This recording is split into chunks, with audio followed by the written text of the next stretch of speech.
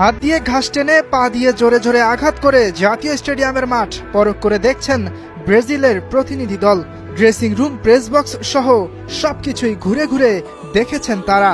ভবিষ্যতে বাংলাদেশ অথবা ভিন্ন কোনো দেশের বিপক্ষে বাংলাদেশের মাটিতেই এই জাতীয় স্টেডিয়ামে ম্যাচ খেলতে চায় 5 বারের বিশ্ব চ্যাম্পিয়ন ব্রাজিল।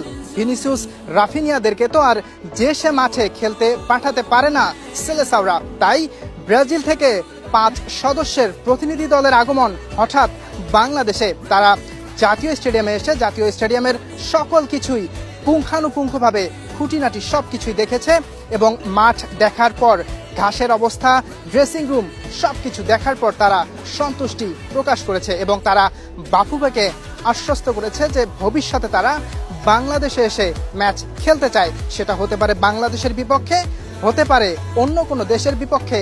নিরপেক্ষ ভেন্যু হিসেবে এই জাতীয় স্টেডিয়ামের মাঠ ব্যবহার করতে চায় ব্রাজিল। তাদের টার্গেট হলো আগামীতে তারা যে কোনো দেশের বিপক্ষে অথবা আমাদের বাংলাদেশের বিপক্ষেও খেলতে চায়।